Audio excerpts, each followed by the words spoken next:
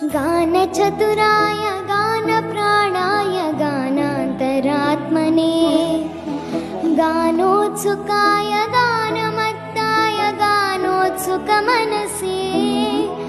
गुरुपूजिताय गुरुदैवताय गुरुकुलस्थायिने